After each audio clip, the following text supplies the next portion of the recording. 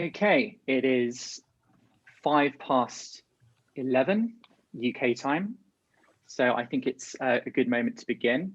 My name is Barry Sander. I'm an assistant professor at Leiden University, and it's my pleasure to welcome everyone to the second day of Bickel's Teaching International Law webinar series. We have a fantastic set of webinars today, beginning with tools and techniques in teaching international law, and then later this afternoon, teaching international humanitarian law in crisis, which is a panel convened by the ICRC. I'd just like to begin with a few thank yous. First of all, I'd like to thank Bickel's event team, Liam, Bradley, Carmel, for their invaluable support in all aspects of today's event. I'd like to thank the organizing committee who helped with a variety of tasks, including the peer review of the panelists' proposals, as well as general advice and support along the way. I'd like to thank all of the people who submitted their papers. We had an incredibly high number of papers submitted, and it was a shame not to be able to host everyone, but such are the limits of the series that we couldn't. I'd like to thank the panelists, both in this webinar and more broadly. I'd like to thank the chairs who have kindly given their time to chair each of the panels. They're from our organizing committee, and we're very thankful to them. And finally, I'd like to thank all of you who are in attendance. It's great. It looks like we have over 100 attendees today, so that's fantastic. And without you, the webinar would not be the same. So thank you for attending. And I'm now going to hand over to the co-convener of the series, Jean-Pierre. Hi, good morning / afternoon, everyone, and welcome back to the second day of the webinar series. I'm just going to do two very quick things. So one is logistics, and second is introduce Evelyn Schmidt, who is the chair today. So just in terms of logistics, two quick things. So the first one is that we encourage you to tweet about the series and to use the hashtag teachingIL and the Bickel handle, which is @BIICL. So that's regarding tweets. And then the second thing is about questions. Please do ask questions as we go via the Q&A box, which you can see on your screens. Do not try to avoid using the chat box as much as possible. If you like a particular question that has been asked, please do upvote it. This will put the question further up, and we will make sure that this is asked to the panelists. If your question is directed towards one panelist in particular, please do feel free to include their name in your question, just to make our life and Evelyn's life a little bit easier in terms of assigning those questions. If we might not have time to discuss all of the questions received, but rest assured that all the panelists will see those questions and will engage with them as we go. And obviously, if you are absolutely desperate to ask the question live, please let us know and we can see what can be arranged. So second thing I'm doing is to introduce Evelyn. So it's my honor to introduce Evelyn Schmidt, who is the chair of today's session. She is Associate Professor of International Law at the University of Lausanne in Switzerland, and has previously been at the University of Basel, Bangor University, and the Graduate Institute of International and Development Studies. She has coordinated the International Criminal Court's Legal Tools Project at Trial in Geneva, and is the author of Taking Economic, Social and Cultural Rights Seriously in International Criminal Law, as well as the Vice President of the European Society of International Law. Evelyn, over to you. Many thanks, Jean-Pierre. Many thanks, Barry. Welcome to everyone. Good morning or good afternoon, depending on your location. Let me begin by congratulating Jean-Pierre and Barry and the British Institute for this fantastic series and for all the work that has gone into. And I'm so happy that we can now, despite the pandemic, have these webinars. So we have 1 hour and 45 minutes approximately. We have 4 speakers on a range of topics, and I think most of us have a semester looming and relatively little time, and then we will be probably back on Zoom or another online platform again to be teaching. And I hope you leave this webinar with some new ideas on your own teaching. The 4 speakers will speak in the order indicated on the flyer. I will introduce each of them briefly before they give their presentation. we have Rigmor Agren from the University of Örebro in Sweden, Amrita Mukherjee from the University of Leeds, Ralph Yannick from Vienna, and James Summers from Lancaster University. And now here's the plan. I think we've all been in webinars with very good intentions and high motivation, but competing priorities going on in our mailboxes or distractions in our home offices or other offices. So we will begin with a quiz on the offer of today's webinar, and then each speaker has 10 to 15 minutes to present their contribution. We will have short Q&A immediately after each presentation, but we leave time at the end to take all the questions, hopefully we haven't answered so far, and to have a discussion amongst the panelists. So I hope, don't get too desperate if we can't immediately, if the speakers can't answer all the questions directly after their tasks. So I do encourage you, please, even while speakers talk, add your questions on the Q&A, upvote the questions you're most interested in. So I now ask Liam from the British Institute to open the quiz that we have prepared for you. Your task is, it's not the most serious quiz, but you have to figure out who is going to give which presentation. We try to do this to combat Zoom fatigue, and it's not an exam, but it's open book. So you may go to Twitter, to your mailbox, to the program, to the flyer, to find out who is going to give which of these 4 presentations. You have a few minutes of time. It's obviously anonymous, and there's no prize to win, I'm sorry, but give it an attempt, please. And maybe, Liam, you can give me a sign when you see that a good number of people have voted.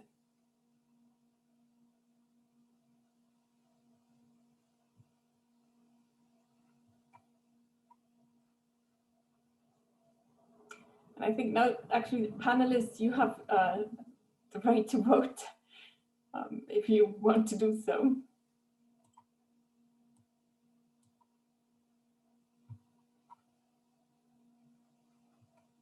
Yes, including even the chair, so we can all vote. So hopefully we get 126 votes from attendees and some panelists.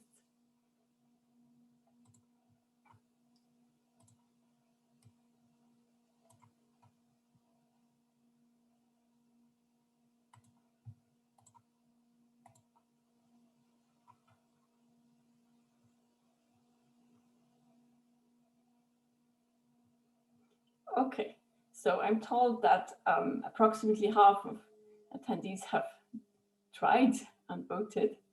Don't worry if you're not sure about all the answers.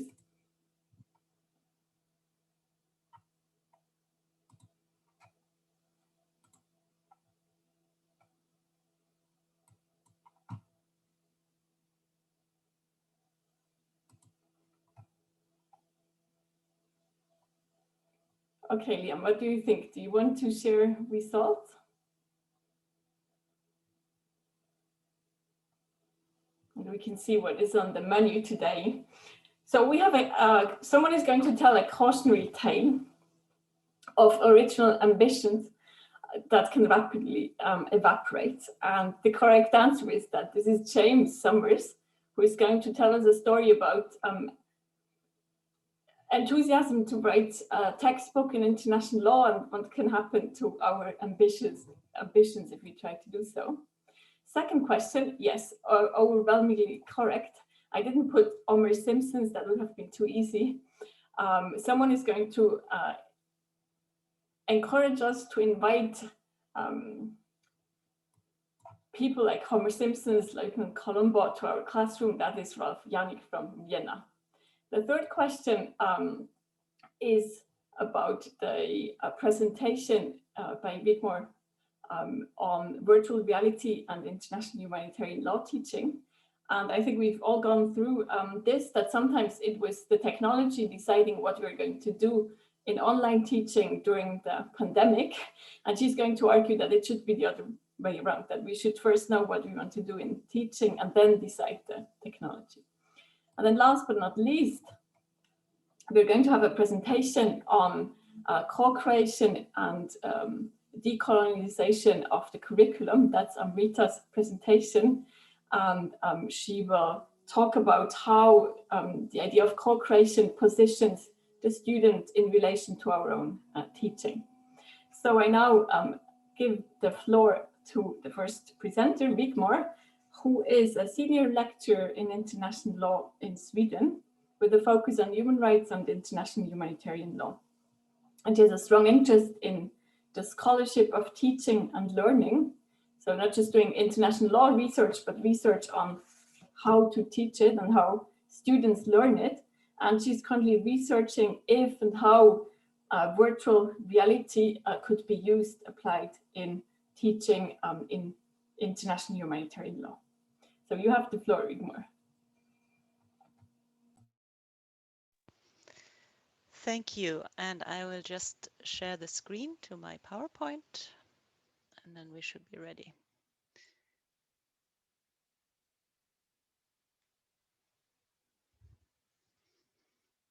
Thank you. Good morning, everyone. And thank you, Evelyn, for handing over the microphone virtually to me and for giving me the opportunity to speak to you and share some of my initial thoughts around using virtual reality tools for teaching international law of armed conflict.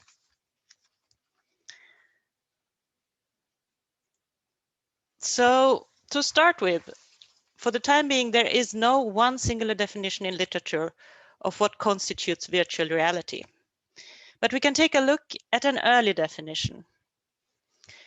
VR is the use of computer technology to create the effect of an interactive three-dimensional world in which the objects have a sense of spatial presence. This dates back to 1987. And I want to underline here that we're looking at immersive VR. And immersive VR refers to a situation where the student is involved in a virtual environment during which the awareness of time and the real world is disconnected. And the result of this is a sense of or experience of being completely in that virtual or artificial environment. Now, where does this belong in learning theories? I would argue that VR is very similar to role plays. It's about the constructed scenarios, the sense of being disconnected from the real world and time, which allegedly comes with VR, can certainly also be experienced in role plays and simulations that last for a bit longer time. Role plays is then situated within experiential learning theories, ELTs. And ELTs is part of constructivism. Constructivism is said to be student-centered, and the theory purports that knowledge only can be created by the student, him or herself. Furthermore, the idea is to build on previous experiences for the student to internalize additional knowledge. What also often is mentioned in constructivism is the concept of deep learning. Deep learning commonly refers to how long and sometimes how much a student remembers of what has been taught. Curiously enough, more rarely are attempts made to discuss the quality of what has been learned. This is remarkable in and of itself, I would say, but perhaps even more so keeping in mind the implications of digitalization and in the context of studying law, a particularly text-based subject. Many, if not most documents can now be searched for and quickly found on the internet. It seems undeniable that this, for obvious reasons, could have an impact on how much students have to memorize. Perhaps it may by extension also have implications for what we understand by knowledge, or more specifically, future lawyering knowledge and skills. Now let me now move to role plays and learning contents. What does literature tell us about that students typically learn in a role play? It's generic skills. In general terms, role plays are often used in higher education for professions where students will work with human beings, such as, for instance, medical and healthcare education. And part of role playing in these education programs is to allow students to get to know their own feelings and reactions in particular situations, the feelings of others, and a whole set of soft skills such as teamwork, organization skills, and communication skills, which include written and spoken language, articulation, presentation. So my assumption is that immersive VR should also be suitable for students to learn these things, learn or practice. Let's take a look at some VR learning contents. In a recent EU-funded meta-study, some 7 variations of VR learning contents were identified. In other words, VR is already used in higher education to help students gain procedure practical knowledge, declarative knowledge, analytical and problem-solving capacities, communication skills, collaboration skill, other soft skills, and it's also used for behavioral impact and learning languages. This is according to Radianti and others. Out of these 7, I would say that clearly 5 of them get a green light from me in being covered by syllabuses, the learning objectives in our syllabuses for the ILAC course. I've given collaboration a yellow light here because it is, of course, a desirable learning object, but actually in our syllabuses, we are silent on it. And the implication of this is, of course, as I'm sure most of you are fully aware of, is that learning objectives, the way they're written in syllabuses, determine what should be or will be examined. And that is also where then students tend to direct their study efforts. Now, let me just quickly share some examples of possible use of VR in an ILAC course. Students could negotiate humanitarian access. They could argue against other students who have been assigned the role of not allowing the humanitarian access into an area. Students could determine status of objects. Are they civilian objects or military objectives? Or perhaps students could advise on precautionary measures in planning of attack. This would put them in the role of a military legal advisor. And obviously students could argue against colleagues from the same class, or they could be asked or allowed to argue against students from other universities, or why not, against students from military schools.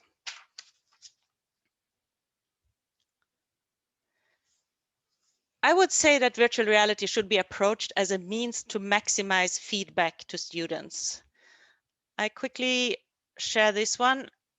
So feedback by purpose, as you know, summative feedback looks backwards, what has the student learned, and formative is forward looking, giving an indication of where the gaps are and what the student still has to learn.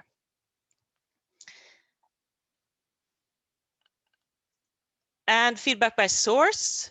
Virtual reality allows obviously the teacher to give feedback in real life, commenting on what happened during a VR session, or to enter the VR session and give the feedback within the framework of the virtual reality. Feedback can be individual, going one-on-one, or it could be against the group or addressing the group as a whole. Peers can be giving feedback as well in the same way, either in real life, giving feedback afterwards, or during the session in the virtual reality. And the same here as individuals, one-on-one, or collectively as a group giving feedback to the team as a whole. And obviously VR allows for badges, prizes, which I'm not so interested in, but again, the last point, opening and closing options in the game could be of interest to explore further if they can be utilized in the teaching. So in terms of summative and formative, I would suggest that VR initially is used for formative feedback, mainly because VR is heavily reliant on technique. And this can cause unforeseen problems. And also, which is quite importantly, we would not like to indirectly be examining students' gaming skills. Now to sum it up, in literature, there is some evidence that students who are learning through VR or allowed to use VR as one of the techniques for learning, they normally think this is fun. It's enjoyable. On the substance, well, they tend to ask more questions, and not only more questions, but actually also complexer questions.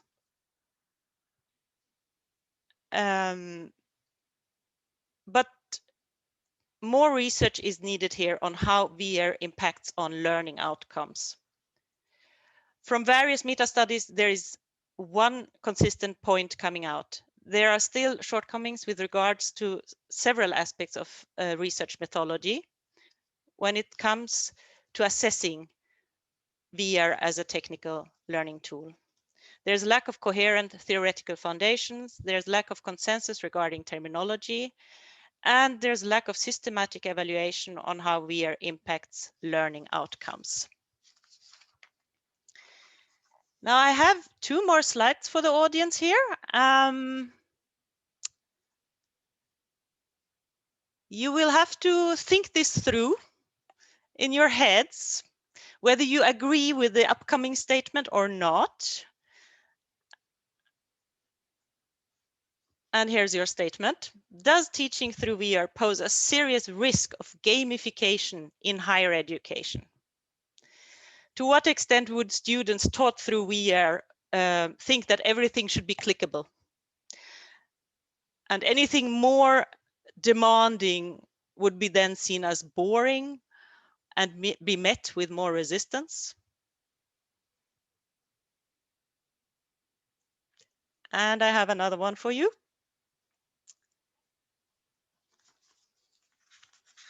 Does using VR for I like teaching in higher education risk promoting militainment?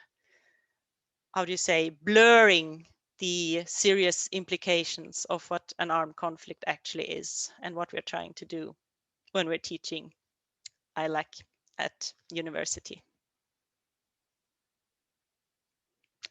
Thank you for your attention.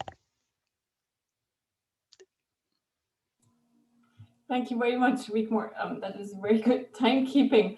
And let me see if we already have questions. I invite the audience to ask questions in the Q&A.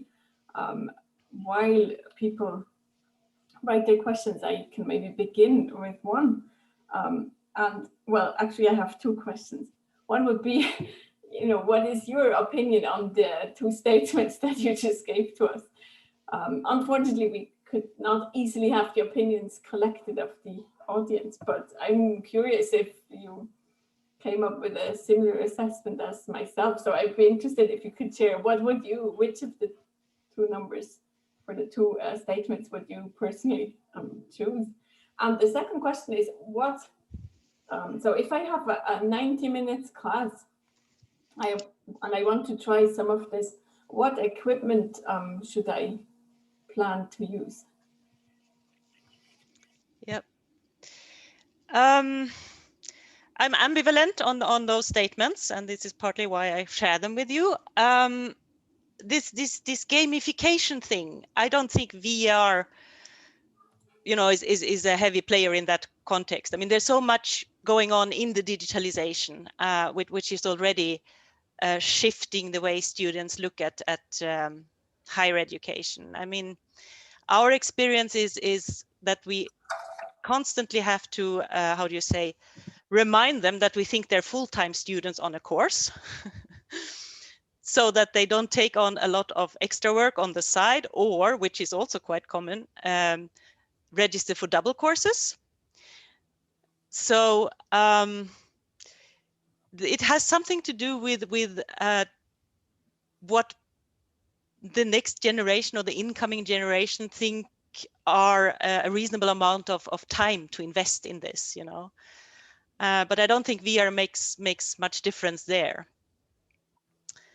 On the issue of militainment, I think that might be something to look a bit closer into. I really don't want to somehow have the unintended learning outcome that everything or anything that has to do with an armed conflict is a game or entertainment. You know, that would be far too high a price.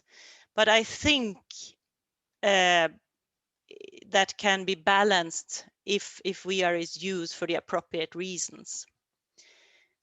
When I started this, one of the ideas I had was, well, how do you allow students to somehow experience bits or small snippets of what an armed conflict is? Is that possible to share with them through virtual reality? Well, perhaps it is.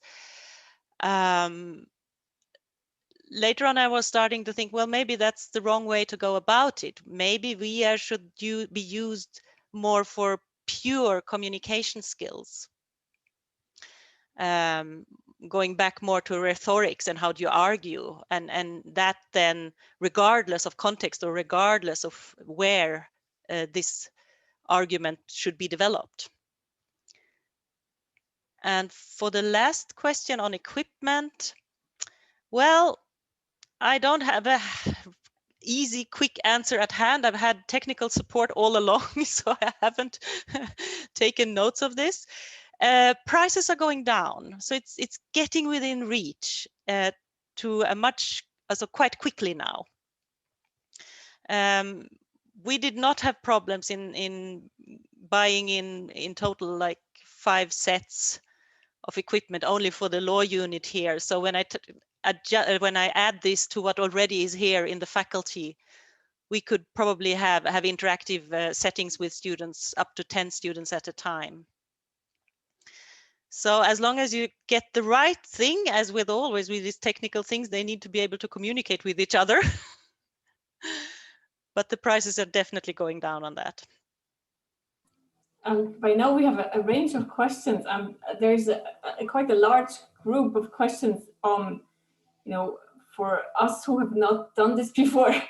How does this look like? What do you need? Like, what tools? Someone asks, do you have to design a software? Do you have a video where you know, that illustrates how virtual reality is used? If so, if you could put it in a chat to give us a more concrete idea of what the things, like the infrastructure side of this would involve. So one group of questions on the tools. You know, can everyone do this? Can we do this with average computer skills? And then there is another question on the whether you think there are any gender effects, whether you've looked into gender in relation to virtual reality and international law on armed conflict.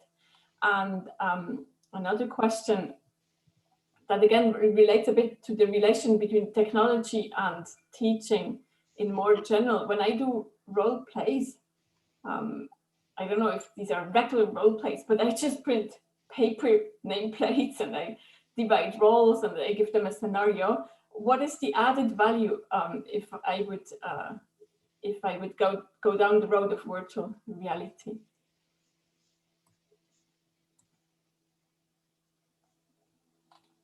So this is now quite a long list of questions.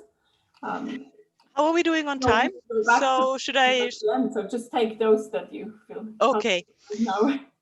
Yeah, with tool, it's gaming tools. So basically, a headset, goggles, and for the virtual reality software, it's not even the software. It's also run through gaming platforms, which basically you just register an account, and you don't need anything extra for that. What you would need is a fairly strong computer because of the graphics. So a strong capacity in the computer on which you want to run these things. Unfortunately, I didn't get to do filming and using the students because the students never came to campus. They're stuck back home in different types of quarantine. But hopefully, if it loosens up a bit in the spring, I'll try to put something together there. And the gender aspects are interesting. Right now, the ILA course that is running are like, what, 99.5% women in that course. I did ask them, I had to change this. We are not doing the VR thing because of them not being present. But I did ask them whether they had gaming experience, and they had not. So we had actually planned for a separate getting familiar with the technical, with the equipment stuff session for them. Now the added value, and I think that's really, you know, the hinging point, whether this is the juice worth the squeeze or not, basically. So if we set this up so that the platforms allows them to interact with other students, that could be a value added. But I mean, I do reckon there's a huge work behind to get something like that running. On the other hand, moot courts in VR already exist. So yeah, it's a way of allowing them to connect to other students. But let me also say, in the case, or in the suggestion to connect them with military students, that is a different target group, which they then might learn something from by interacting with. The other thing is, if the game is self-running, they would be having the opportunity to practice at their own pace and make repetitions as much as they want, which might be more challenging to support as a teacher.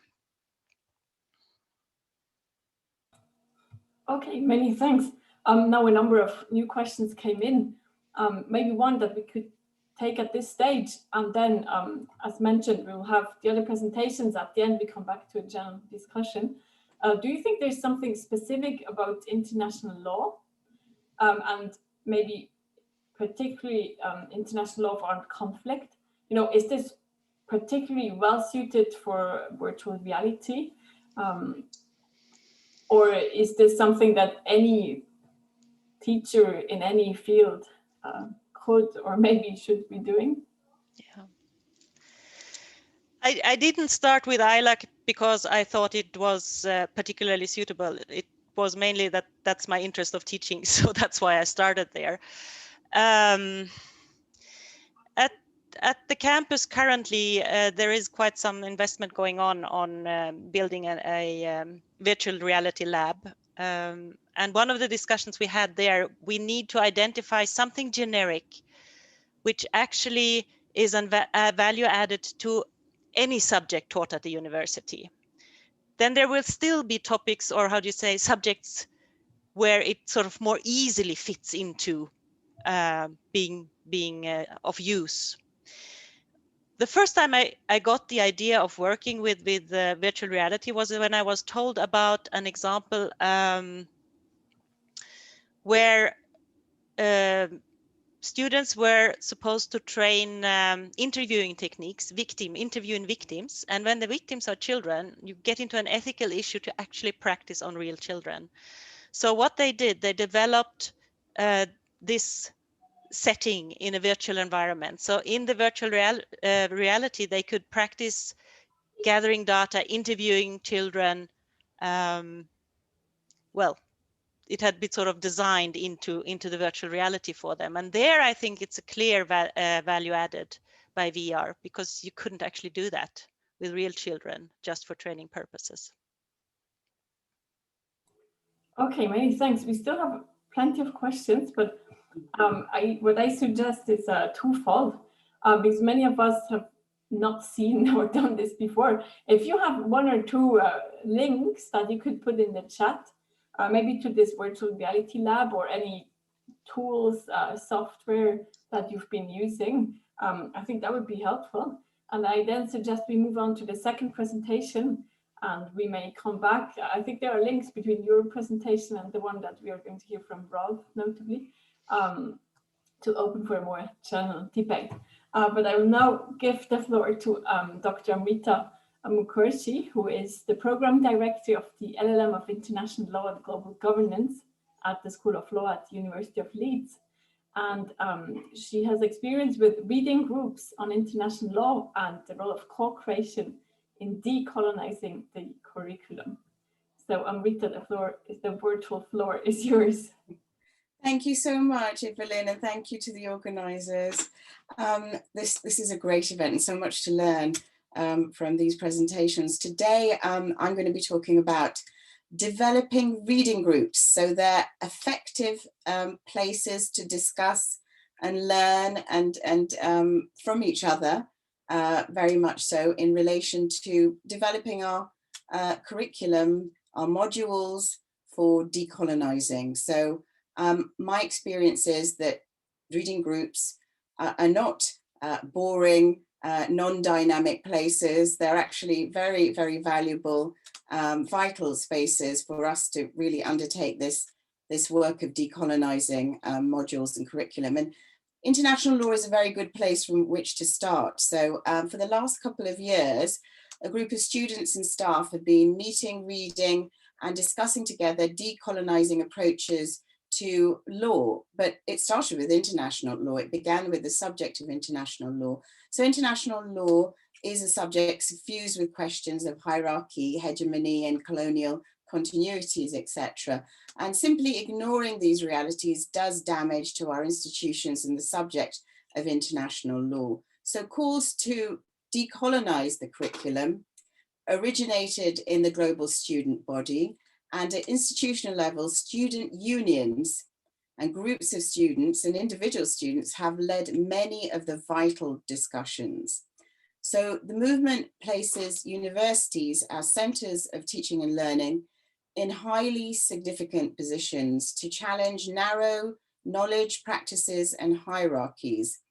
Through effective research, teaching and learning, they may encourage greater understanding of relationships to power and processes that reduce cultural interaction and which result in marginalization.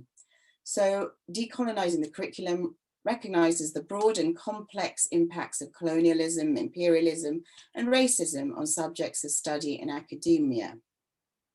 So we need to respond to such calls in a practical and meaningful way. So how can we develop our academic practice towards promoting deeper thinking and conversations? How can we plug into this movement for reform that brings fresh analytical approaches to research and study?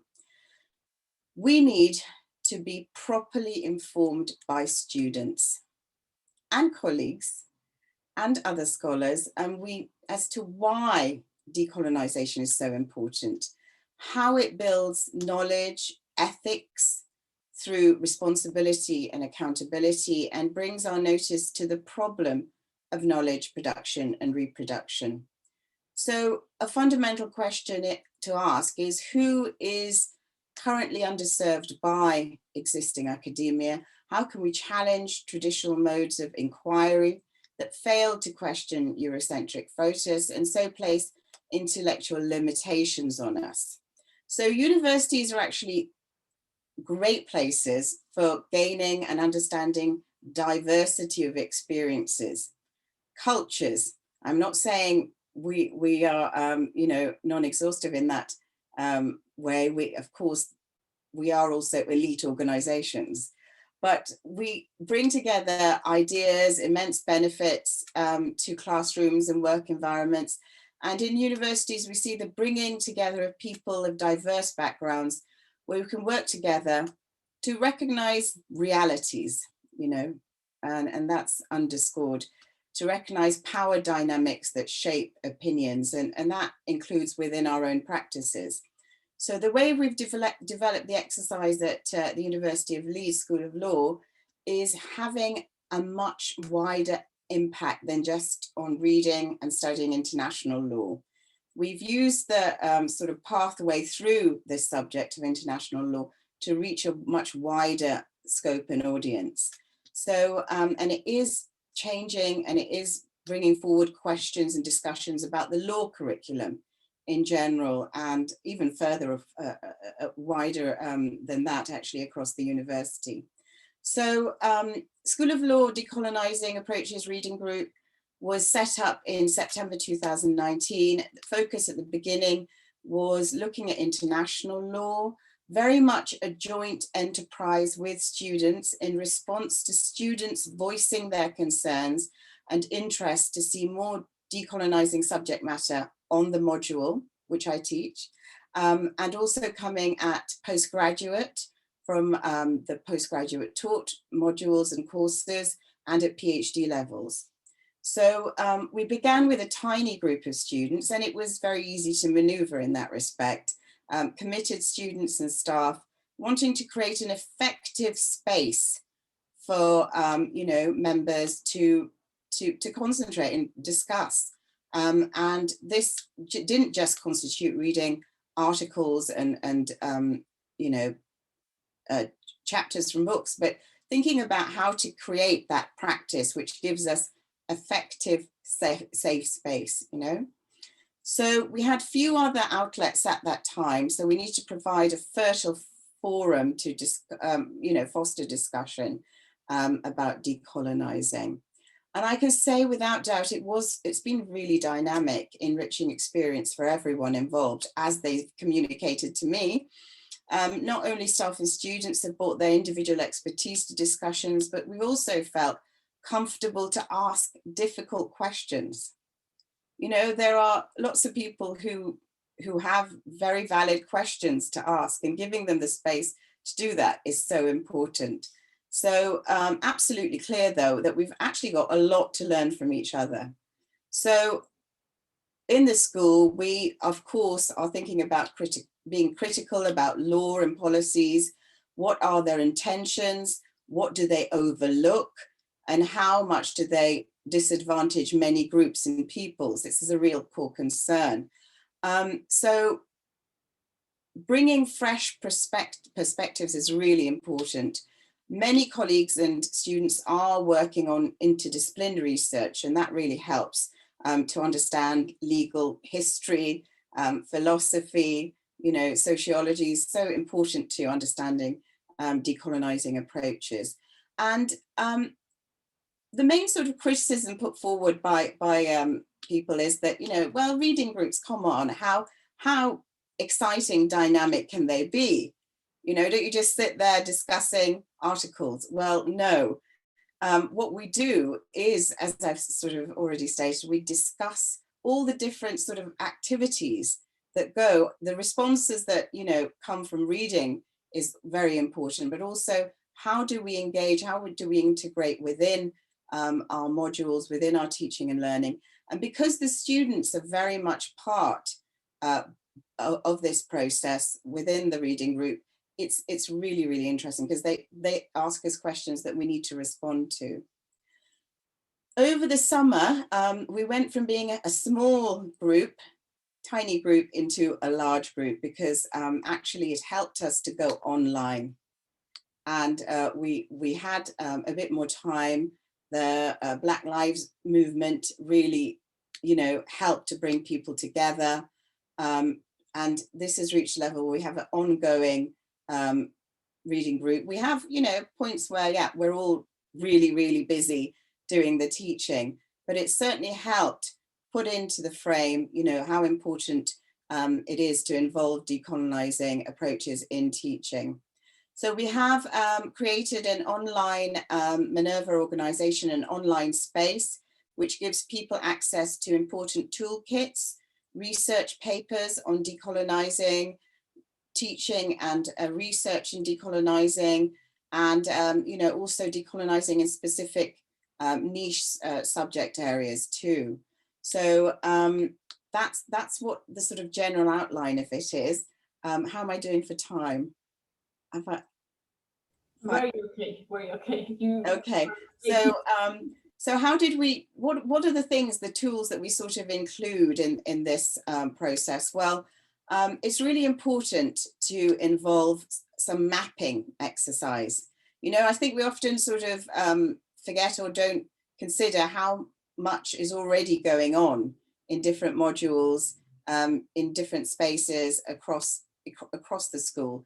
So a mapping of what's being taught and how it's being taught, and how to what level are students involved in influencing and helping coming to decisions about what's being taught and how teaching is being carried out. Also thinking about priorities also, so getting first year modules, thinking about and including decolonizing aspects is really important. So, there's different levels, different programs that need to be considered for this. So, and also thinking about bringing together with student interaction, non-compulsory subjects that also are very much centered on decolonizing approaches. And international law has been very much affected by that and changed by that. We're also thinking about including reflective journal exercises to get people thinking about self-evaluation, thinking about your own positionalities, questioning the assumptions we make. Reading lists, of course, are really important, and we gather together on the online resource all the different interesting and vital reading chapters and articles and etc. that would help people and just remind us what things we need to be thinking about.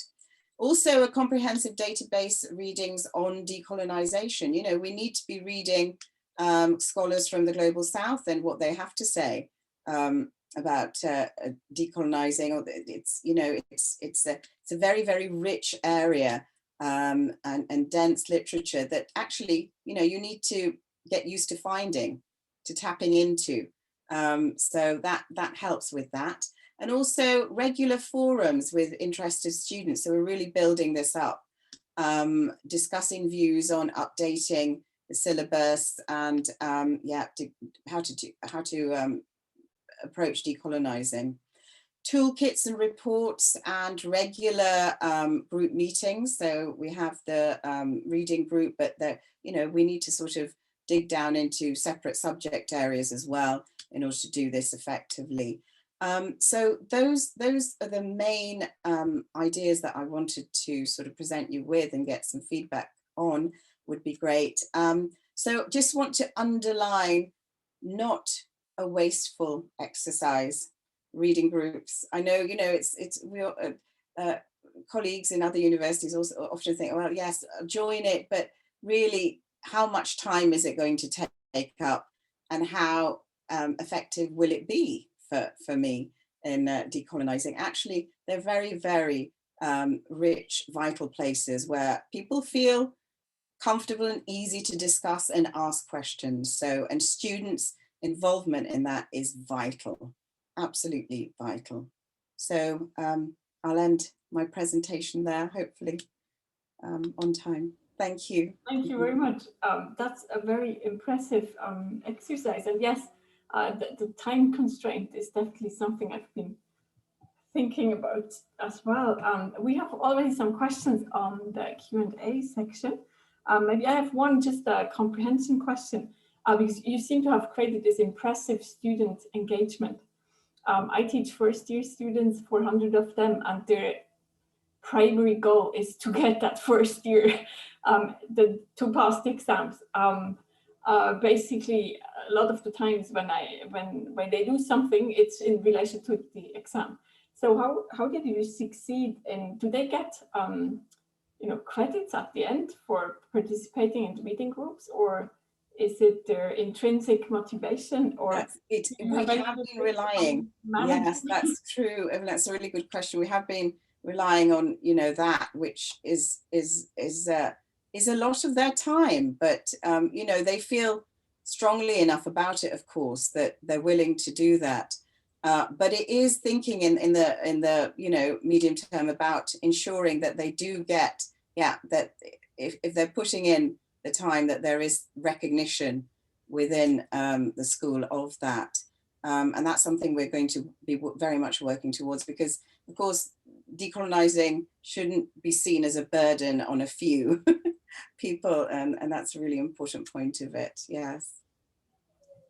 Right. At the same time, I was wondering, it could be tricky because as soon as you have credits, you have hierarchy, and you have a a different sort of dynamic maybe. From the questions on Q&A, I read that we have two very similar ones from Ellen Walker and Jessica Schultz. A bit like for the first presentation, do you have any links to share?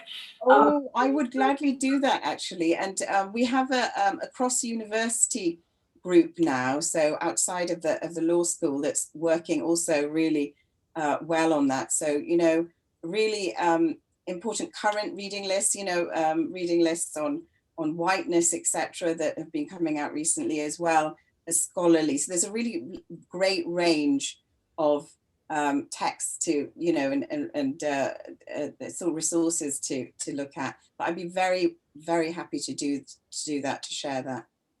We can discuss how later. If yeah. I think we could just put the chat box. To just use the chat box. Yes, it's internal at the moment. Okay. Let me see about getting it available externally. People, yeah. Sorry for the self-promotion, but as a vice president of the European Society of International Law, this is maybe the moment to mention the teaching corner that we set up at ESL. It's like a part of our website where you can consult syllabi of other people, other teaching material, and you can also upload your own. A lot of it is now in English, but we are very interested in having a more diverse list of materials in other languages. But you have to be a member to obtain the password to access the teaching corner. The idea is mainly to support early career researchers or people who want to try out new things. And what we've been hearing so far would sound great to have on the teaching corner, but maybe there's a more direct way you can. Yes, please email me. I'd be very, very happy to do that. And it would be nice to meet you, the people who are interested in getting those lists. Yeah, please do email me. We have one question that obtained a number of upvotes. It's one on constraints and I guess opposition, backlash. So what have you observed are the largest constraints? Is the fact that you have this commitment inside this reading group, what are the reactions beyond reading group? Yes, that's a really interesting question. Or actually, how do you? It's great, you know, that we have a new Vice Chancellor who's very supportive, and there are lots of people across the university working on decolonizing, actually. But yes, there are also colleagues who feel, you know, it is time taking, you know, is it going to be setting aside their own research? Is it belittling what they have done? You know, and these are, you know, questions that they feel. But the main one, I think, is about time, you know, the time constraint. And what it is, I mean, you know, I would say that we really do need to ensure that universities, we are resourcing this, and that workload allocations do you know, reflect this, because I've got to say, students and many staff now see this as a really, really urgent, important matter. So, you know, we have to move and engage. And there are different ways of engaging. It's an ongoing process. You know, nobody has a gold star, I think, in decolonizing. We all, you know, you just have to plunge in, and you have to get into it. But it's a difficult one. It's a difficult one. I know it's vast, it's complicated, it's very interesting, but it's asking questions about us, about our you know, knowledge production, about the way we read, who we read, all those things. So yeah, it's a difficult one, but I think worth the effort, absolutely worth the effort. Yeah. Maybe a follow-up question. Have you been able to take insights from the reading group back into the core curriculum, the one where people will be assessed against? Yes. Well, you know, we do have, what usually happens is that teaching goes on in teams. So there's usually one or two people, you know, who are part of the teaching team for modules who help to instigate changes. Yeah, yeah, that helps. The more people you get involved, and slowly, you know, change is sort of, you know, it is a movement. So people, more and more people are coming into it, and more hopefully will do in the future. Yeah. So on the Q&A, there's a recurring request to put links in the chat box, the website you mentioned. I will do. It's internal, I'm afraid, at the moment, but please email me. I would really like to hear from you, and I will send you some of the links we have, some of the documents we have. Okay. Yeah. Appreciate. Okay. Well, I think we'll come back to, you know, the links between the different presentations at the end of the webinar. But let's now transition to Vienna, back to technology and virtually inviting videos into the classroom. So the next presentation is the one from Ralph Janik. Dr. Ralph Janik is from the University of Vienna, and he studied there, and in Spain as well, and at the University of Amsterdam. Ralph teaches international law in Vienna and in Budapest, and his presentation is about Homer Simpson in the classroom, using pop cultural references when teaching international law.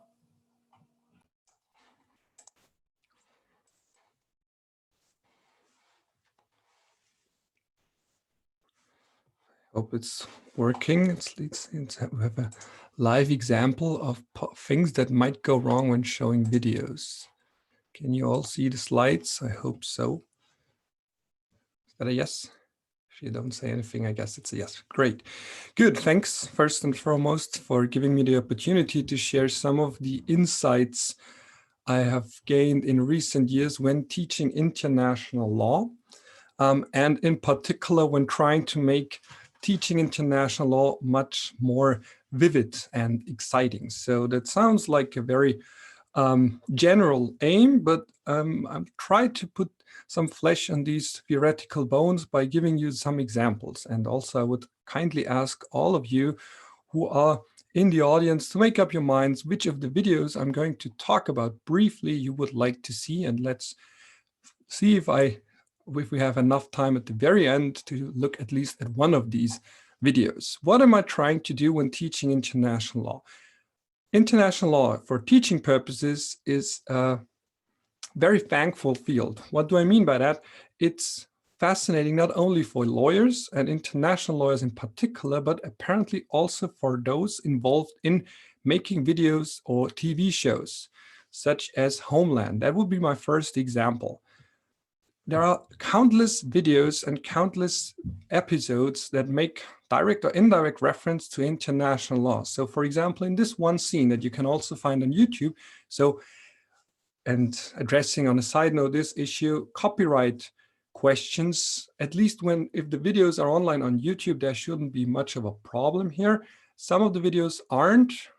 Here I have made short videos saved then on my computer, and as long as the classroom doesn't feature 200 persons and as long as you don't demand money for it, I also don't see a copyright problem here. But if anyone here is a copyright specialist, I'm welcome for your suggestions.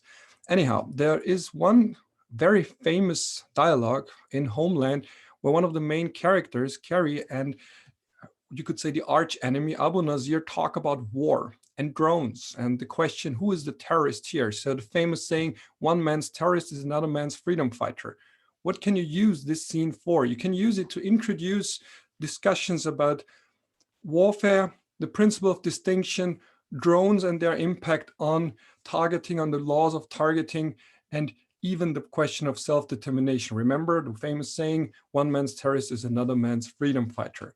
This is just one episode, one scene. It takes about 4.5 minutes, and I have used it to introduce questions or classes on human rights law, the principle of distinction, and the right to life. Just one example. If you want to watch this one, it's quite long, but you start at 2.5 minutes. The great thing about YouTube is that you can click on a link and say that the video should start at a particular moment in time, such as this one at 2 minutes and 30 seconds. Next example, also from Homeland, concerns diplomatic agents. As you can see, many TV producers or movie makers are fascinated with diplomacy. Obviously enough, always the question, can you enter a building? How can you treat diplomats? I have shown this video not only in a classroom, but also when giving a presentation at the University of Vienna. And therefore, I would suggest to be cautionary when looking at this scene. Why? Because it might happen that there are some older people, some older professors, some professor emeritus, for example, who, due to his age, probably is not perfectly fine if there is a character portraying acting as a diplomat, as a gay diplomat from Saudi Arabia, who is being caught with videos and even coerced to do something he would normally not want to do, with the threat of showing these photographs to the other members of his diplomatic staff. And there is one scene where he says, and it's a short trigger warning in case you have a problem with quotes like this one, where he says, you know what, I don't care, I love sucking cock, yum, yum, yum, yum, yum. So as I said, this is a scene that might be delicate for some. It is very explicit. I hope that I didn't offend anyone by using words like the ones I used a few seconds ago. So keep that in mind when showing videos like these. It could be that some in the audience feel offended, but in general, it's a good scene that shows you, on the one hand, they discuss diplomatic immunity. He lays back and says, you can't do anything to me, I'm a diplomat. And then she says, wait, we have these pictures of you with young men. And that's his reaction, the ones I just described. Please don't quote me out of context. The next one is, and here we have Detective or Lieutenant Colombo. This is a great scene that shows you that some don't do their research right, but this is not a problem for us. We just need to be aware of it when showing it in a classroom. It's a perfect example. I use this scene, and then we use it as an occasion to discuss what is the legality, what is the legal aspect of what happened in this scene. The episode is about a murder in an embassy. The great thing is there is no spoiler alert, as we all know, or at least from my generation all know by having grown up with Lieutenant Colombo. You see who is the murderer at the very beginning. And the murder happens inside of an embassy. Apparently it's a mixture, the state is a mixture of, on the one hand, Saudi Arabia, on the other hand, Libya, which you will see in the final scene. Here is another spoiler alert. The murderer says, you know what, you caught me, Lieutenant Colombo, but you can't do nothing because I'm a diplomat, I enjoy immunity. And in the very final scene, the head of state enters the building, which is kind of absurd, obviously enough. You wouldn't imagine head of state entering the embassy, having listened without being noticed, and then saying, okay, Inspector Colombo, you're the one to decide whether I shall grant diplomatic immunity or not. And what is also interesting in this scene is that the ambassador himself says, I waive my immunity. Yet another great opportunity to talk about who is even allowed to waive immunity and to whom is immunity granted. Is it the state or the diplomat as an individual human being? That leads me to my next example, the diplomatic bag. That goes back to Homeland. You have a great scene where one of the CIA officers operating in Lebanon is using a diplomatic bag to carry something he's not supposed to carry, and which is obviously enough not a diplomatic and official document. And that leads us quite to the question, right to the question, is the diplomatic bag absolutely protected or not? And there is a great dialogue on this question. It is whether you can open it or not.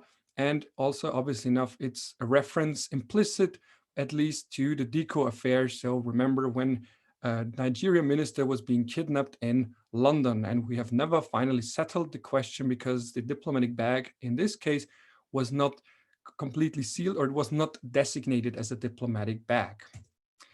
The next question, The Simpsons. I have announced that I will show you some Simpsons videos, or at least refer to The Simpsons. Here's the first one. There is a great scene where the Simpsons flee to the consulate of Sweden, in obvious reference to Julian Assange. And then you even have a scene, a short clip, where Homer Simpson explains, and correctly explains, the difference between a consulate and an embassy. And this is yet another great example to introduce into diplomacy and the basics, inviolability of premises, and the difference between consulates and embassy. And obviously enough, The Simpsons, there is always a bit more to it than you might expect. There is an obvious reference to the Noriega case. Remember, Noriega, after the US invasion in Panama, fled to the quasi-embassy of the Holy See. And how did the US get him out of there? By playing rock music, which is exactly what happens in this episode. So it's also a great opportunity to refer to fictional scenes and their real life background. Simpsons, again, yet another example of diplomatic law, the difference between enclaves and exclaves. Here in this older episode, and which is not available, or at least I've not found it on YouTube, you have Bart in Australia having offended the Australians. He's sent there to excuse himself, to say sorry in the name of the US, and you have one of the classics of the misunderstanding. So this is perfectly well suited for students in the early stages of their academic careers, where he says, are we in Australia? Now we're in the US. And then Homer Simpson is jumping back and forth, said, now I'm in Australia, now I'm in the US. Great opportunity to say, wait, this is not completely wrong. You may not enter it without being allowed to do so, without having a permission by the head of the embassy. But at the same time, you do not leave your country simply by entering another country's embassy. Apropos embassies, the Tehran hostages case with the most obvious reference. I even used the opportunity to go to the cinema with some of my students and also members of our institute and watch Argo together. And as you can imagine, the rest of the cinema didn't like it. Why not? Because we were talking all the time. Look what is happening here. They're entering the embassy. They're burning an American flag in front of the embassy. That's a violation of Article 22 of the Vienna Convention on Diplomatic Relations.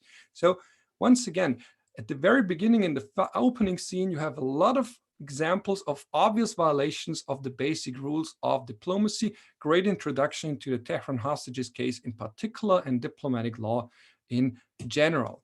And yet another Simpsons reference. Why? Because in the already mentioned Australia episode, at the end, the Australians storm the embassy, not the one in Tehran, but the one in Australia, but nevertheless, an obvious reference and obvious similarities to the Tehran hostages cases, and this is not a coincidence.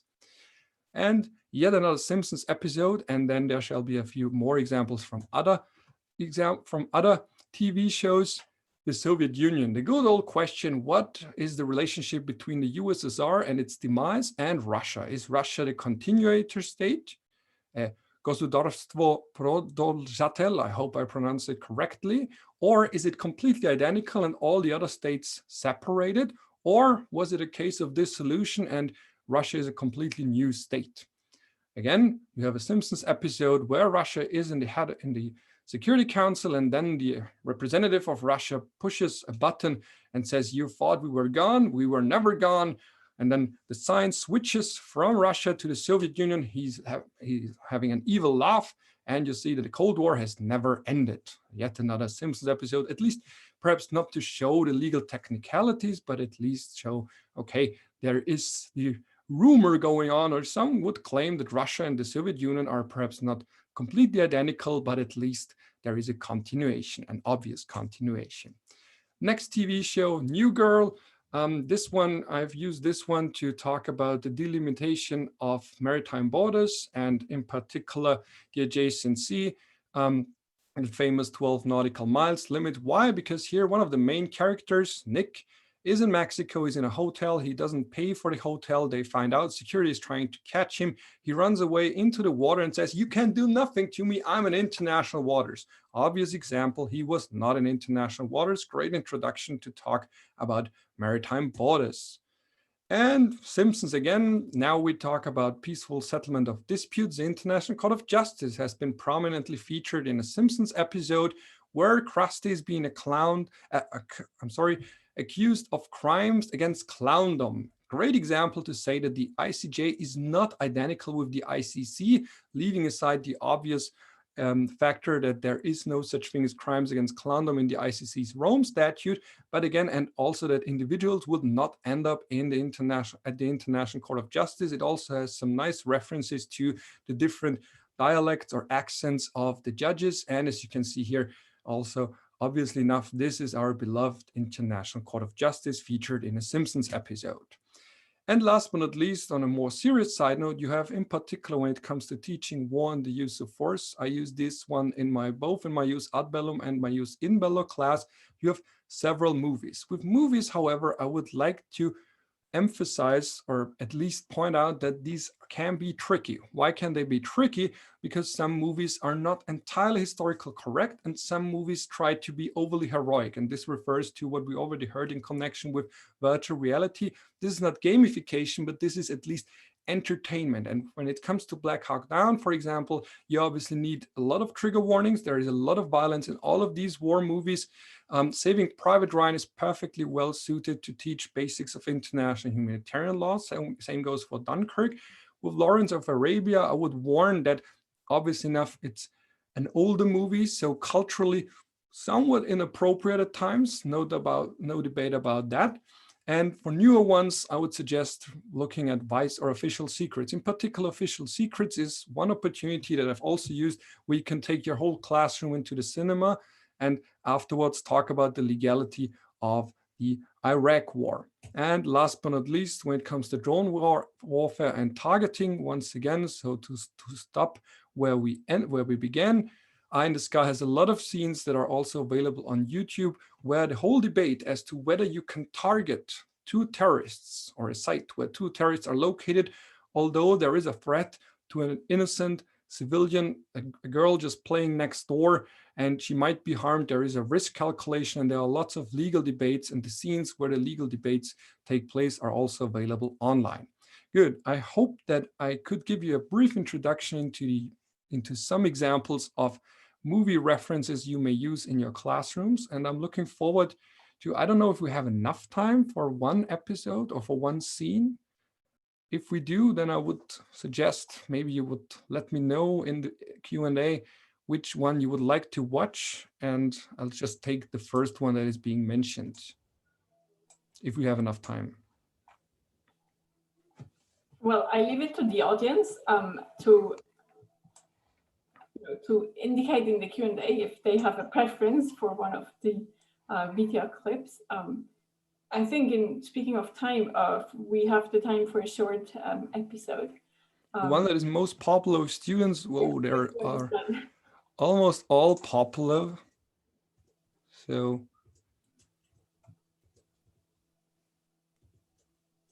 I'll take a shorter one. Maybe the one from The Simpsons. And is the most popular one the one you think they learn most?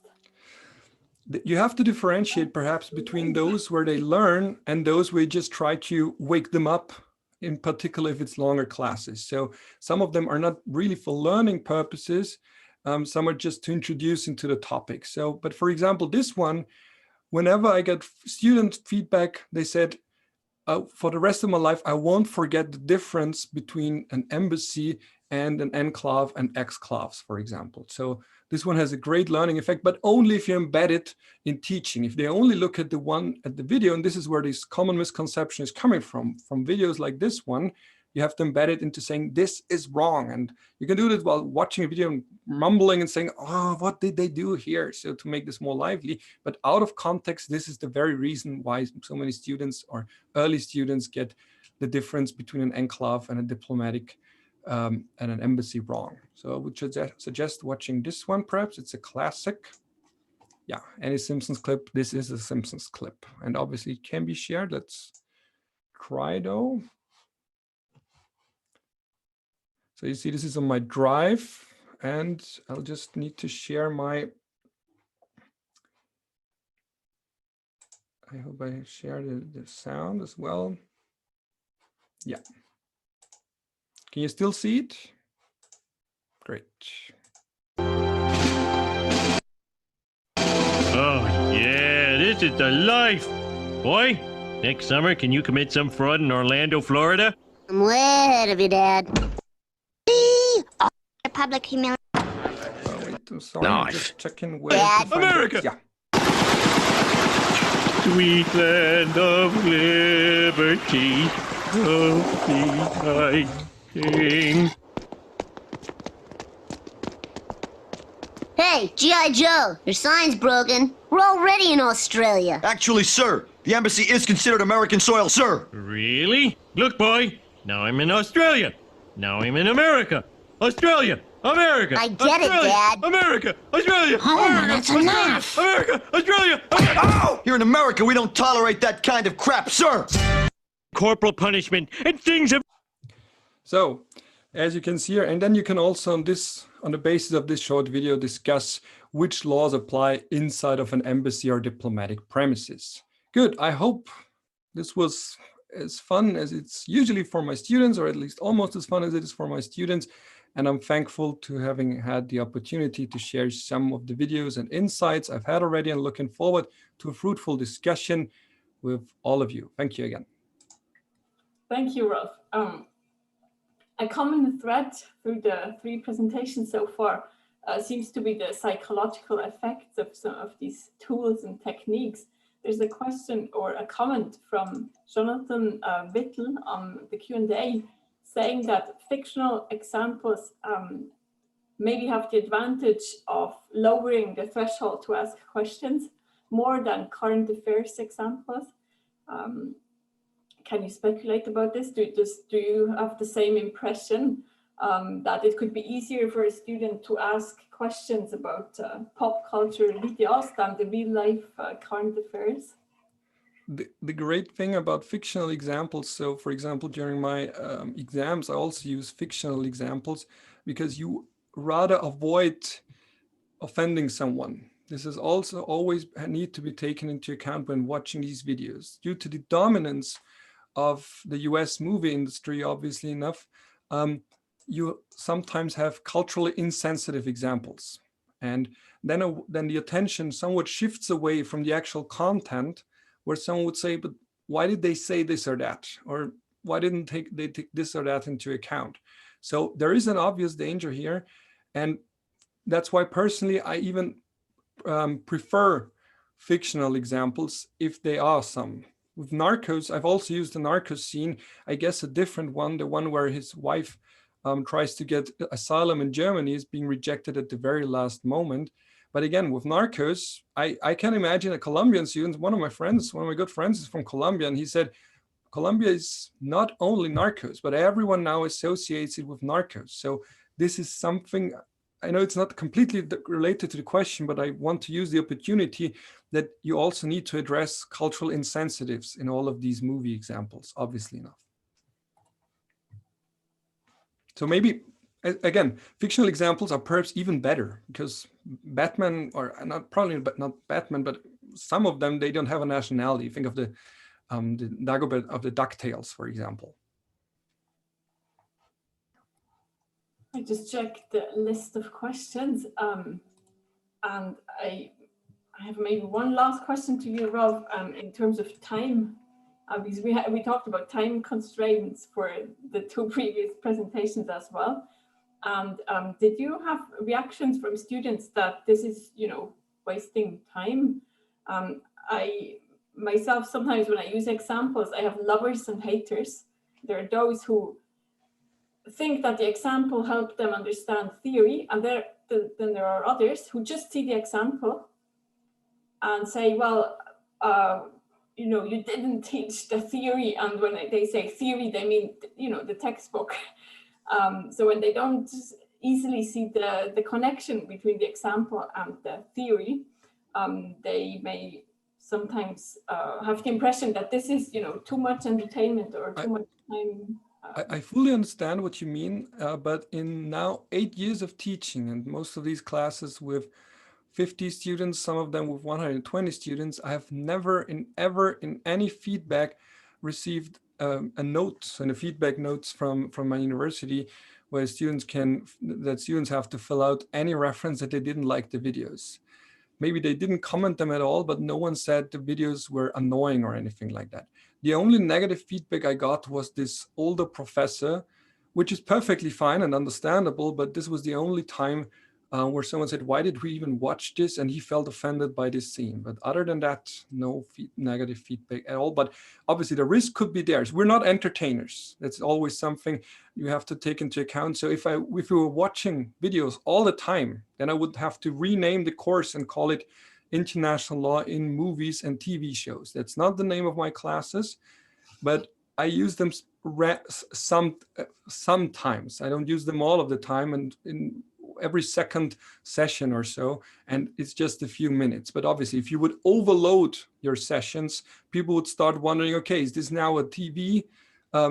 Is this film studies, or is this still law? But if you use them sparingly, I didn't have any negative experiences. But again, we're not entertainers, obviously enough, and you also have to embed it, and you can discuss it as a starting point, a trigger point for discussion, but it's also something I thought when I was listening to Rigmor, we're obviously at the end of the day, we're not entertainers. And we shouldn't try to be ones, because usually lawyers are not very funny. But it definitely creates the interest of the student and increases attention after. At least, if I may just make this short addendum, at least what I found was that in many of the feedbacks they said, it just helped them remember, because when they thought about targeting, they thought about the discussion they were watching.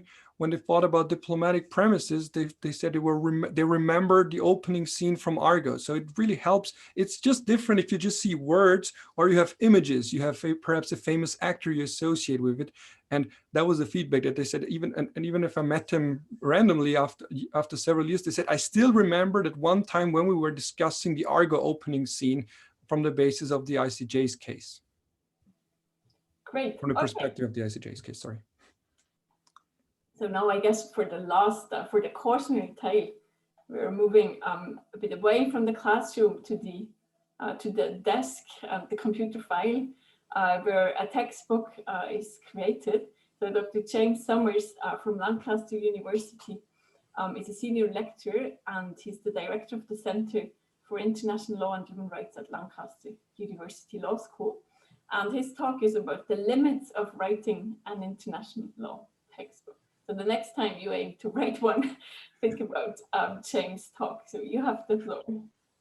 Yeah. Thank you very much, Evelyn. I'll just get my my PowerPoints up. Okay, can we see that? Okay, that's great.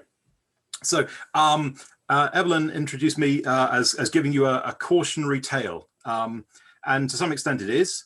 There are a lot of attractions to writing a textbook. But it's also important to understand the process, and I'll be talking about some of the limits in that process and some of the pressures they create. The talk itself draws from my own experience in writing an international law text cases and materials book for Cambridge University Press, and it looks at the dynamics of that process. It looks at some of the features of the proverbial good textbook for teaching international law, and how achieving this requires understanding some of the elements in that process. So specifically word count, time, peer review, and the market.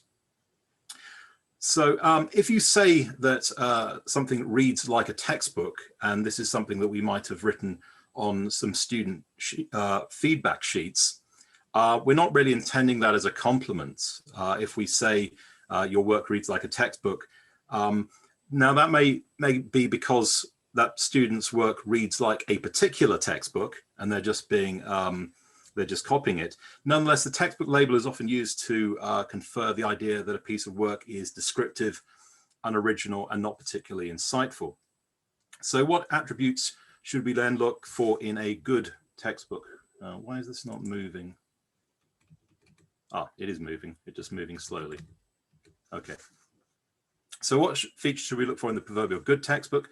And to do this, we need to understand the sort of elements. So what is seen as good in textbook?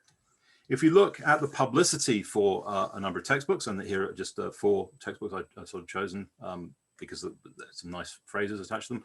So Malcolm Shaw's International Law offers an unbeatable combination of clarity of expression and academic rigor.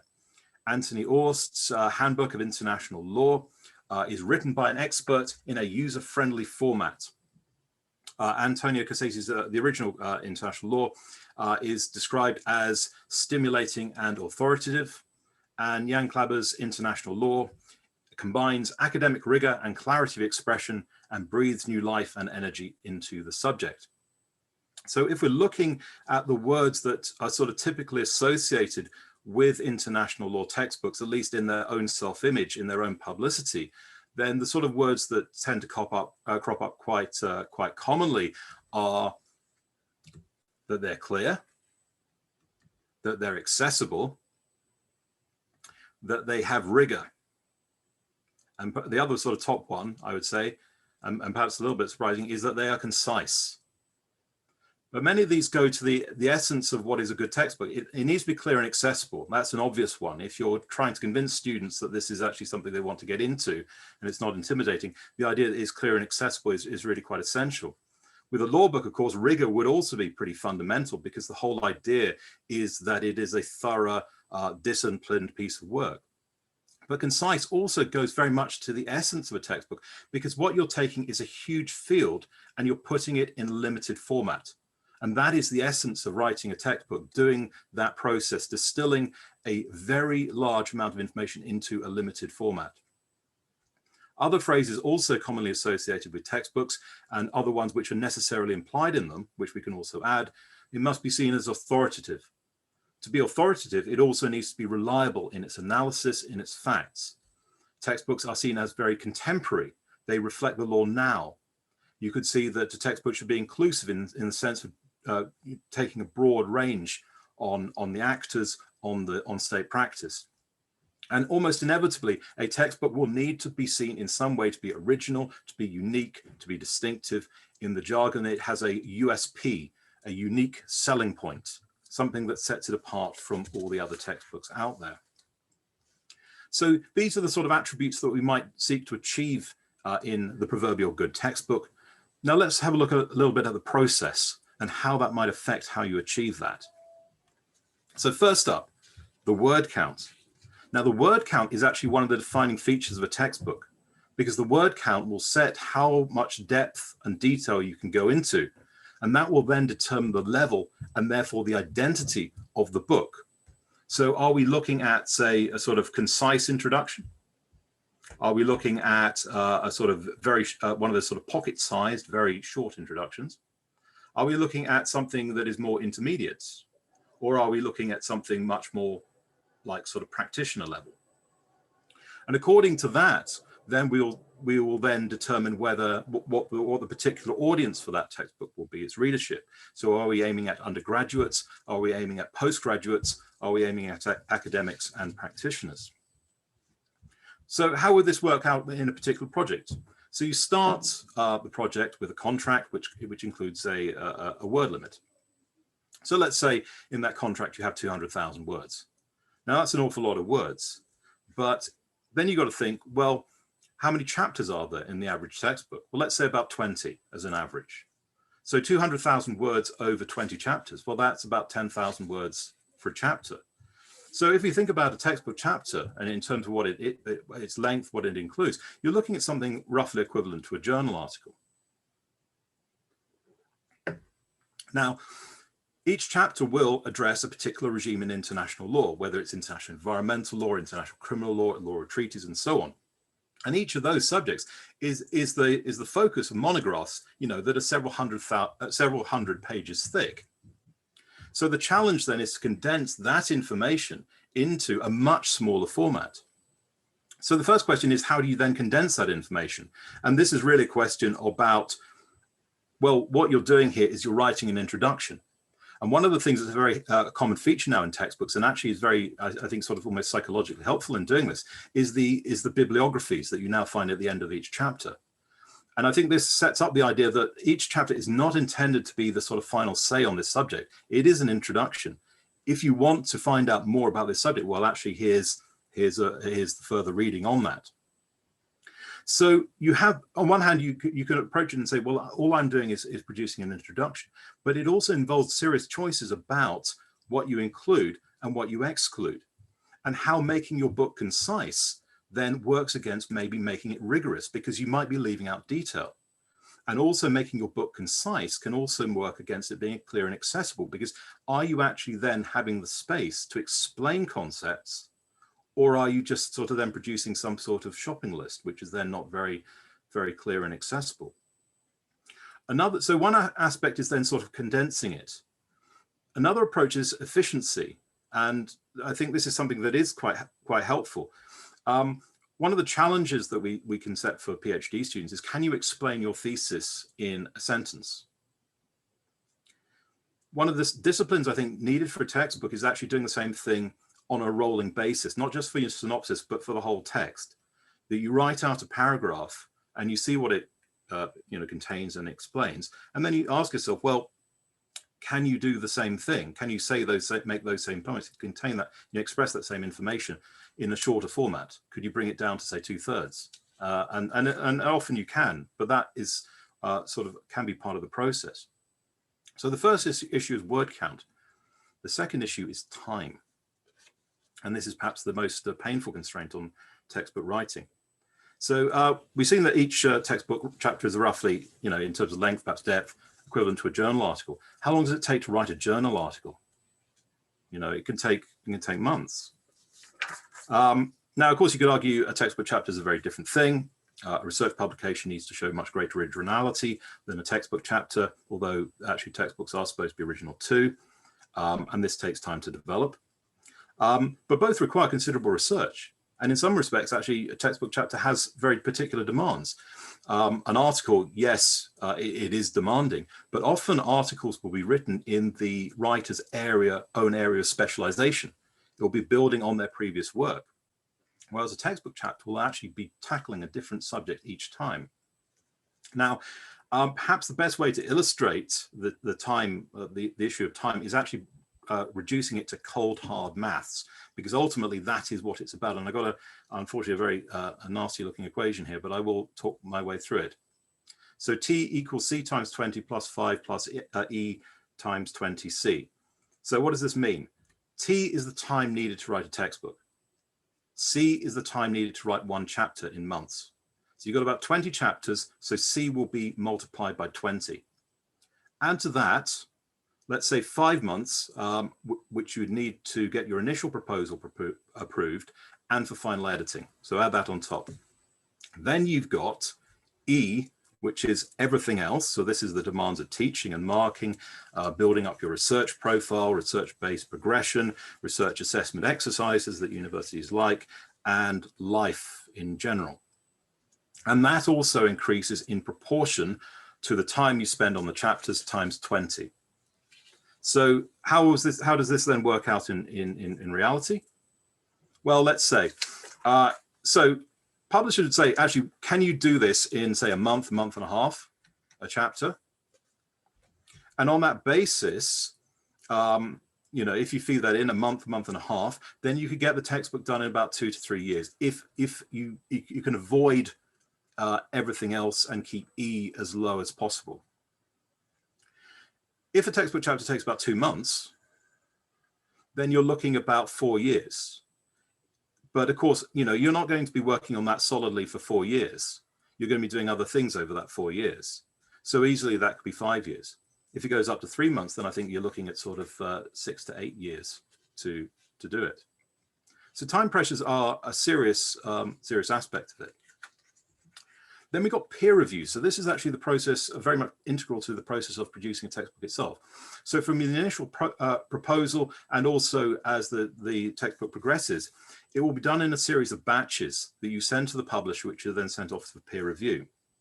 And this allows the publisher and also the author to check on the quality of the work as it's going, and also how it matches expectations from other academics as to whether this fits into teaching. And of course, and according to the feedback, then it either it matches those expectations or it does not. And if it doesn't, then of course you need to change. And I'll give you an example from my own book. In one batch that I did, I had quite a long history chapter in that batch.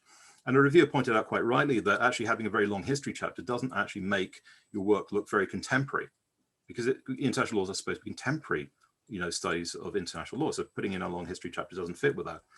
So, the chapter was edited down, and again, it's a sort of check on me as an author and, how I'm working and not being too indulgent.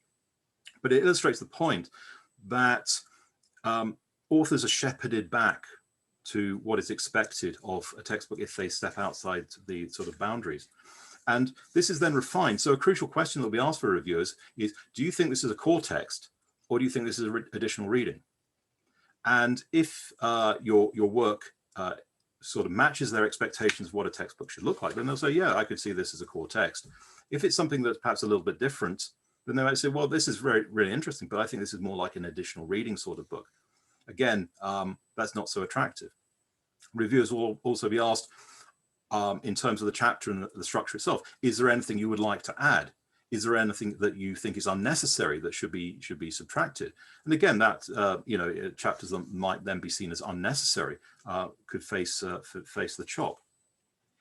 So again, this pushes the project towards expectations of what a textbook should look like. Now, this is not to suggest that the review process is unduly restrictive. Publishers that I've worked with have been very flexible. They've not said this is what this is precisely what we want. Now we want you to write it. They said essentially, I draw up the structure, I write the chapters, and I do it. Yeah, okay, thanks. And I've done it the way I want it, and I've moved things around, and I've changed things, and I've merged things, and I've changed the order, and they've been fine with that. And you can do that as long as it's positively reviewed. If it's not, then you've got problems. Now, this is not to suggest the reviewers are sitting there going, oh, well, we don't like this. I mean, these are people who are saying, how does this fit with my contemporary teaching? But that, again, sets limits there. The last one I think we can look at is the market. And this, again, reflects on the identity of a textbook. Textbooks can be seen to sort of fall on a scale that ranges between the sort of national textbooks and the internationalist ones. So the internationalists try and cover the world. The nationals much more focused on a particular state and how it interacts with the world. But even, and national ones are then aimed at a national market, but even internationalist books, as we might call them, are aimed at certain core markets, be a certain group of states or a certain region. And that will also have implications in terms of, what goes into that book. That book will need to cover those core markets as within its content. And of course, when you get into some of the areas like the interaction between international law and national law, that particular chapter, that's often a very good indication of where that book is orientated to, because those are aspects, because that interaction is so idiosyncratic for all the different systems. It needs to, you can't sort of skip over it and go in very little detail. So that's another aspect in affecting what the textbook will look like. So some conclusions. Textbook, it does give you enormous space to write, to innovate. It's the opportunity. You can always approach and say, this is the book I would have always wanted to have read when I was a student. It is also an excellent way to study international law in a holistic way and actually look at the nuts and bolts and how it all fits together as one great system. That said, understand it is a tightly defined process. You start with a large word count, but it is rapidly divided up between the chapters. There are intense time pressures, and also there are expectations from peer review and the market that do push textbooks in certain directions. So just to conclude, understand the process and the discipline that's needed to work through that process. And I think one of the biggest piece of advice with writing textbooks is be very clear on what you actually want to achieve with your textbook, and then how you want to achieve that in each individual chapter, because of course time and resources are tight. So thank you very much. I look forward to your questions. Thank you very much, James. And apologies to the audience, we are a bit running out of time, but with your permission, we will take 10 more minutes. If you have to leave for lunch or other commitments, of course, feel free to do so.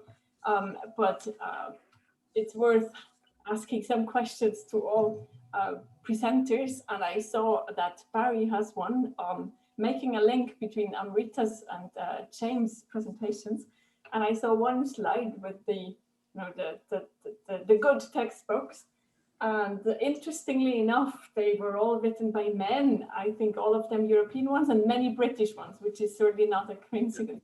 So Barry, you may just take the mic and ask your question orally. Yeah, sure. Well, thanks everyone for these amazing presentations, really rich discussion and really great.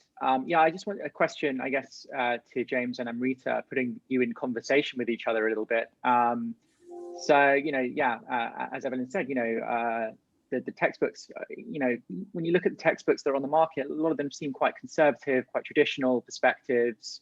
And I just wondered, James, whether the sort of the decolonizing the curriculum approach entered into your kind of thinking when you were approaching your textbook, or whether the editors of the series were talking about such themes.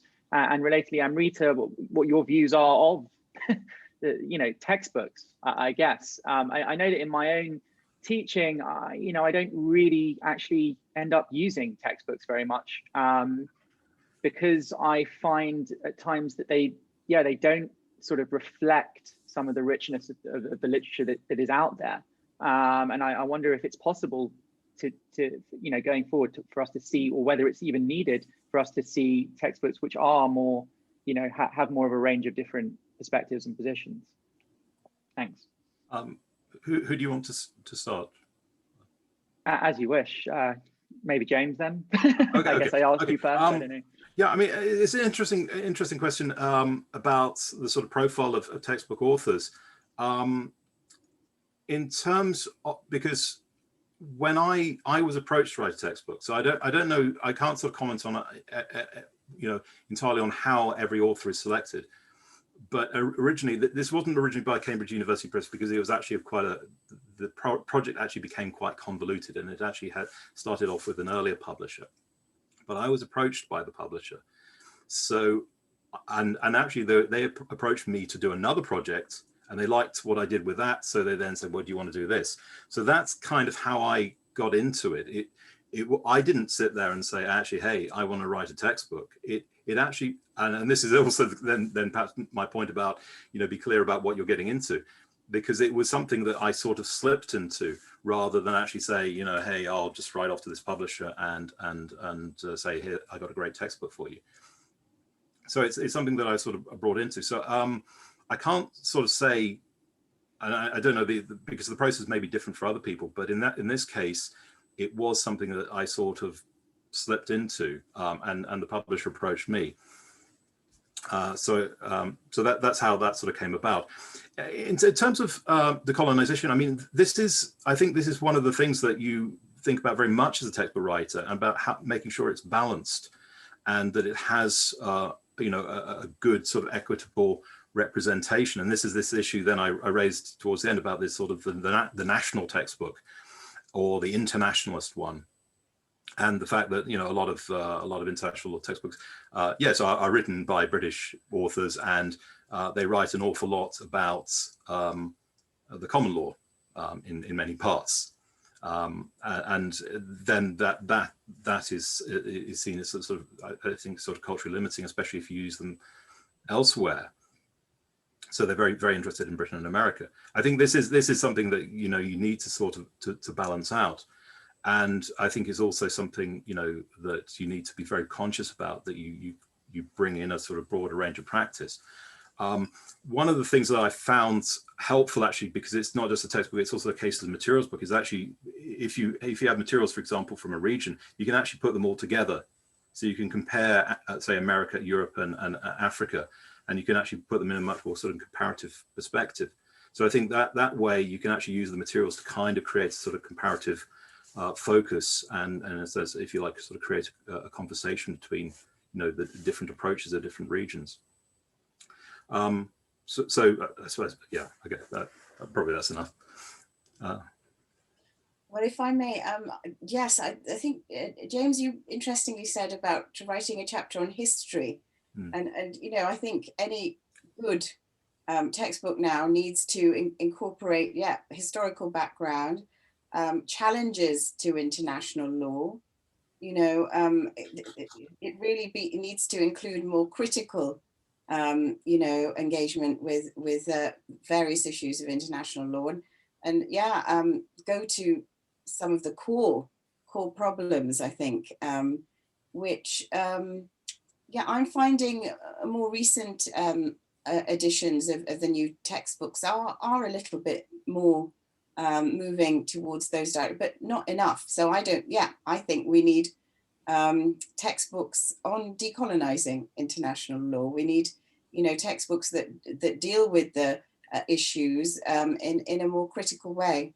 And Anthea Roberts has written a really, really good book on Is International Law International? And she raises these issues that and thinking about who's writing textbooks. But I haven't been approached to put in a proposal, but I have approached a publisher and they're very interested. But just listening to James, I'm thinking, my goodness, I better get my timeline sorted. I don't want to be doing it for 8 years. So I think publishers are, I know the big publishers are really interested to see good proposals for these books. Yeah. I think there's also, there's room for co-publishing these books. You have the big edited volumes as well. And I think that there is room for creativity there. Could also cut the timeline a little bit, right? If there's like 4 or 5 people contributing to it. So I do think there is room for innovation as well. Yeah, I mean that's an obvious way to cut the timeline, co-authorship. I think also what seems to be quite popular with publishers now is revisiting old textbooks and asking authors to sort of update them and sort of reimagine them. And I think that's a way in which you can also, I think, cut the original time in terms of the time needed to actually write such a big piece. Well, time is a very common thread through all the presentations and our webinar as well. Because speaking of time, we should come to an end. Close this webinar because you now have a lunch break, and if you so wish, you may just go on with another webinar. And it's now my pleasure to say goodbye to you and to wish you a good teaching term and a good research team, of course, and stay safe. So I hand over the floor back to Jean-Pierre, who will advertise what is on the menu after the lunch break. Thank you very much, Evelyn, and thank you to all the panelists for what has been an incredibly interesting and insightful conversation. So I won't take much of people's lunch break up, but the next session, which will start at 1:30 UK time, so that's in just under 40 minutes, will be focusing on teaching international humanitarian law in crisis, a strategic response for troubled times. And as you know, this is a panel that we are convening together with the International Committee of the Red Cross. So promises to be particularly interesting. So the webinar will remain open. Liam will be doing some things in background to clear the stage and allow other people in, but you can leave it on or click back in at 1:30, which is when we will get started again. Can I just add one quick note of thanks? I've just mentioned Liam. I just wanted to say a quick thank you to Evelyn for her chairing, as well as to Liam and the events team at Bickle for their help on all of this. So see you all in half an hour, just over half an hour. Thank you very much.